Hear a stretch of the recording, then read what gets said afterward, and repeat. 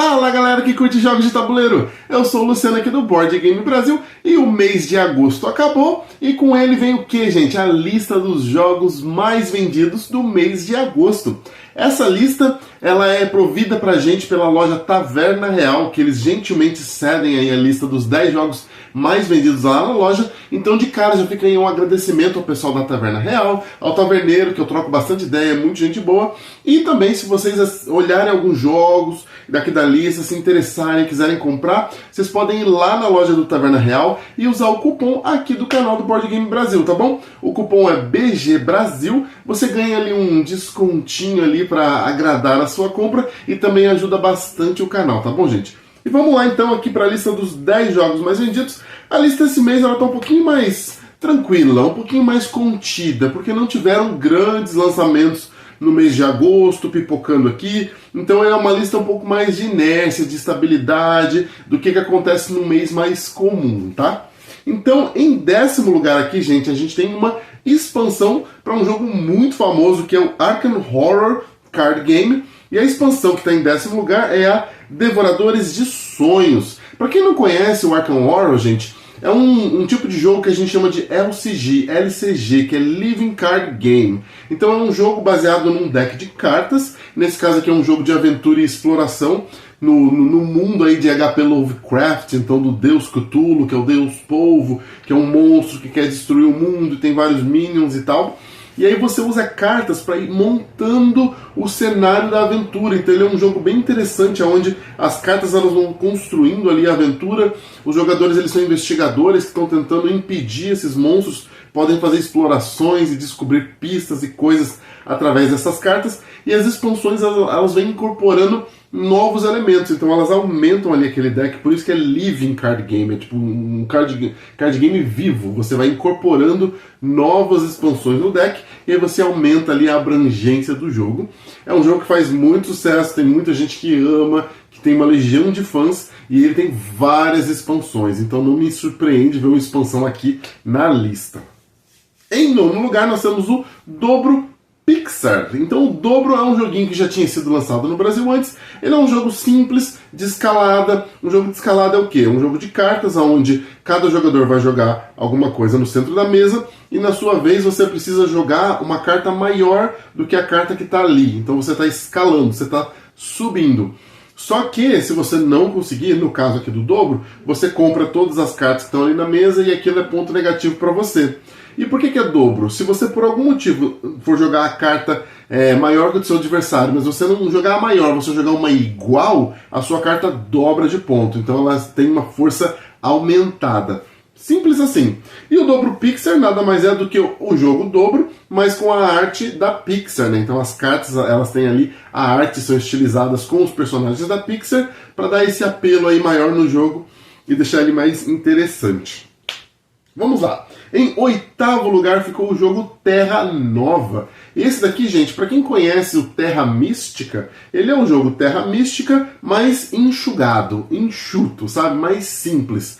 Então, no Terra Nova, cada pessoa ali está controlando uma facção, e aí você tem que explorar, fazer algumas construções num mapa ali que tem vários espaços, regiões para você construir.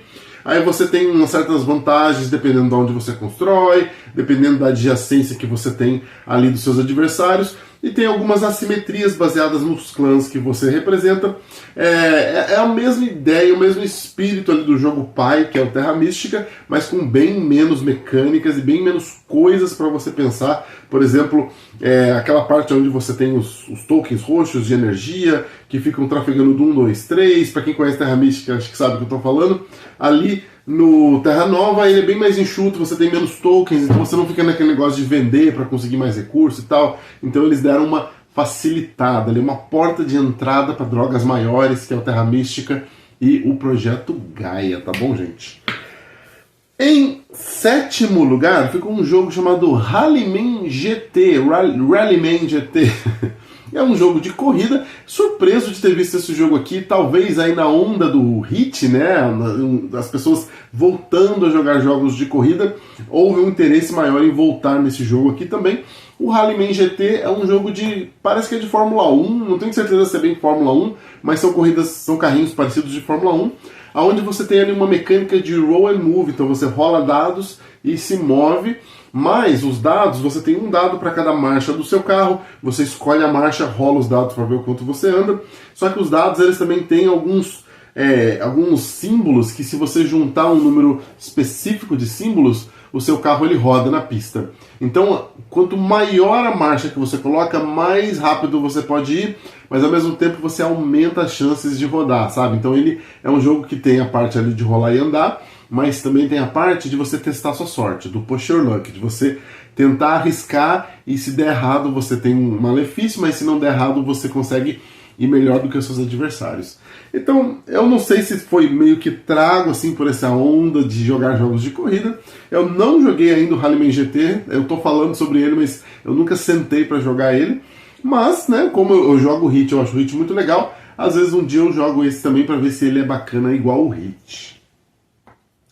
O sexto lugar, curiosamente, é um jogo que eu nunca tinha ouvido falar. A primeira vez que eu ouvi falar foi aqui nessa lista. E eu fiquei curioso, que é o Trolls e Princesas, que ele é um jogo de movimentação de trabalhadores e também onde você tem uma temática meio curiosa ali, que as pessoas representam clãs de trolls que estão tentando impressionar o rei troll, sabe? E aí você vai movendo seus trabalhadores ali no mapa do tabuleiro, fazendo coisas de troll, assim, sequestrando princesas, destruindo cidades, sabe? Fazendo coisas que vão tentar impressionar o rei troll para você ser o clã que mais impressiona ele. Interessante, igual eu falei, eu não conhecia esse jogo, dei uma olhada, achei a arte bonita, a capa bonita, a mecânica é curiosa, essa questão ali de você mover trabalhadores. É um jogo também que, se eu tiver oportunidade, talvez eu queira testar ele para ver como é. Em quinto lugar, já é um jogo mais de festa, mais de celebração, de comemoração, um jogo que chama Sintonia, ou em inglês ele chama Wavelength. E o Sintonia, ele funciona como? Você tem um disco que ele vai ter várias cartas diferentes ali dentro daquele disco, mas você olha o disco e ele tem uma região, tipo um ângulo daquele disco, onde ele vai estar marcado com uma cor e vai ter umas cores um pouco mais fracas ao redor, e você tem que tentar fazer a outra pessoa ali que está jogando no seu time adivinhar a posição exata de onde está aquela cor, usando alguma dica. Então, por exemplo, como se você pensasse numa graduação, sabe? Desse ponto a esse ponto, e isso significa temperatura, sabe? E aí você tenta usar uma palavra que remete a alguma coisa de temperatura para a pessoa chutar mais ou menos ali aonde ela acha que é o que você falou, e aí tem que tentar ver se ali é a região onde está marcado as cores. Então é meio que um jogo onde você tenta ali transmitir para a pessoa a ideia de um conceito que pode ser meio abstrato, baseado em alguma palavra, e aí a pessoa tenta adivinhar onde que fica aquela região. É bem legal, funciona bem assim, num ambiente mais despojado, né? Mais de comemoração, é meio que um party game mesmo, mas é um jogo bem interessante, o Sintonia. Em quarto lugar, é um jogo que tem aparecido aqui, acho que é a terceira vez que eu faço essa lista com informações da Taverna Real, e é a terceira vez que esse jogo está aqui, que é o Tiranos da Umbra Eterna, que é um jogo novo aí da franquia do Dungeons and Dragons. Para quem não conhece, Dungeons and Dragons é a maior, mais famosa franquia de RPG. E para quem não sabe também, Dungeons and Dragons no Brasil traduziu para Caverna do Dragão. Então o desenho Caverna do Dragão, na verdade, ele chamava Dungeons and Dragons, que foi lá nos anos 80, quando começaram a ter mais movimento de RPG, e principalmente desse RPG do Dungeons and Dragons, que aí vem até hoje sendo muito jogado e tendo muita força. E o Tiranos da Umbra Eterna é um jogo aí ambientado no mundo de Forgotten Realms, que é um mundo criado aí pelo Dungeons and Dragons, pela franquia do Dungeons and Dragons, que é bastante famosa, tem muitas aventuras e tal. E aí eles estão criando alguns jogos de tabuleiro agora nesse mundo. E nesse daqui você tem clãs diferentes que os jogadores controlam, que estão ali batalhando por poder naquele mundo. Então é um jogo onde você tem a mecânica principal, é o deck building, então você vai montar um deck de cartas para você poder tentar conquistar áreas do seu adversário. Então é um deck building com controle de área, ambientado nessa questão mais medieval, de monstros e tal, do Dungeons & Dragons. Eu já falei num vídeo anterior que acho interessante. Recebi um convite até nos comentários para ir jogar. Vou querer marcar com a pessoa que me convidou, então fique esperto que eu vou querer marcar com você para jogar o Tiranos da Umbra Eterna. Mas é um jogo que eu acho que eu ia gostar, porque eu gosto muito de D&D, já joguei bastante RPG no passado, então eu acho que deve ser um jogo bem bacana. Em terceiro lugar agora, que medalha de bronze no pódio, eu fiquei até surpreso de ver que é o Tokaido Deluxe. Fiquei surpreso por quê? Porque é uma versão mais de luxo, assim, mais completa de um grande jogo que é o Tokaido. O Tokaido é um jogo onde os jogadores eles estão fazendo ali uma trilha pela estrada de Tokaido, lá no Japão, que é uma estrada que liga Osaka a Tóquio, a antiga Edo, né? E aí os jogadores eles estão caminhando por essa estrada e fazendo coisas japonesas, tipo ir no onsen, tipo comer comidas japonesas gostosas, tipo comprar lembranças, tipo doar para os templos. Tem várias coisas que você pode fazer ao longo dessa caminhada pela estrada. E, obviamente, essas coisas que você vai fazendo vão pontuando e gerando critérios de pontuação diferentes. E você quer fazer o quê? Você quer tentar pontuar mais que o de coleguinha. Só que o Tokaido ele tem uma coisa interessante, que é a mecânica do o turno. O próximo jogador é o jogador que está atrás na fila do caminho. Então ele não tem um número fixo, uma rodada fixa dos jogadores. Você vai jogando de acordo com quem está para trás. Então é um tipo de jogo que não vale a pena você dar um pulo lá para frente para fazer uma ação lá na frente, mas entregar para o seu coleguinha todas as ações que ele pode ir fazendo até ele te passar e chegar a sua vez de novo. Então é um jogo que tem um aspecto bem legal de você pensar direito no que você quer fazer para você não dar uma grande vantagem para o seu colega. Ao mesmo tempo, você também não pode perder um espaço bom ali na frente, senão você pode não conseguir chegar nele depois. Às vezes está precisando de dinheiro, às vezes você está precisando fazer aquela ação. Então ele é um jogo bem gostoso de jogar, eu adoro jogar Tokaido. E a versão Deluxe é uma versão que vem com coisas a mais, assim, miniaturas dos personagens, vem com moedas diferentes. Então ele dá ali uma tunada, uma pimpada num jogo que já é muito legal. Em segundo lugar ficou também uma expansão para um jogo muito famoso. É uma expansão para o Everdell, e nesse caso a expansão Belfair, que na verdade é uma expansão que traz módulos de expansão, na verdade. Essa Belfair, a temática dele é que o rei lá vai fazer uma feira para comemorar alguma coisa, e aí você tem um tabuleiro, né, que representa esse tabuleiro de Belfair, que é um tabuleiro a mais que você pode incorporar no jogo, mas também ele tem módulos ali para você jogar com 5, 6 jogadores. Ele tem módulos para você dar poderes assimétricos para os personagens. Então ele meio que adiciona várias pequenas coisas. Para quem é fã de Everdell, pode adicionar um ou outro e tal, adicionar como desejar, para deixar um jogo um pouco diferente, né? Aumentar a rejogabilidade e tal. Como Everdell é um jogo que muita gente gosta e faz muito sucesso, um jogo muito bonito, de bichinhos que você vai colocar ali para poder gerar recursos para o que você quer fazer. Tem uma árvore bem legal, que fica bem bonita na mesa. E como é um jogo bem famoso, a expansão com certeza também faz muito sucesso.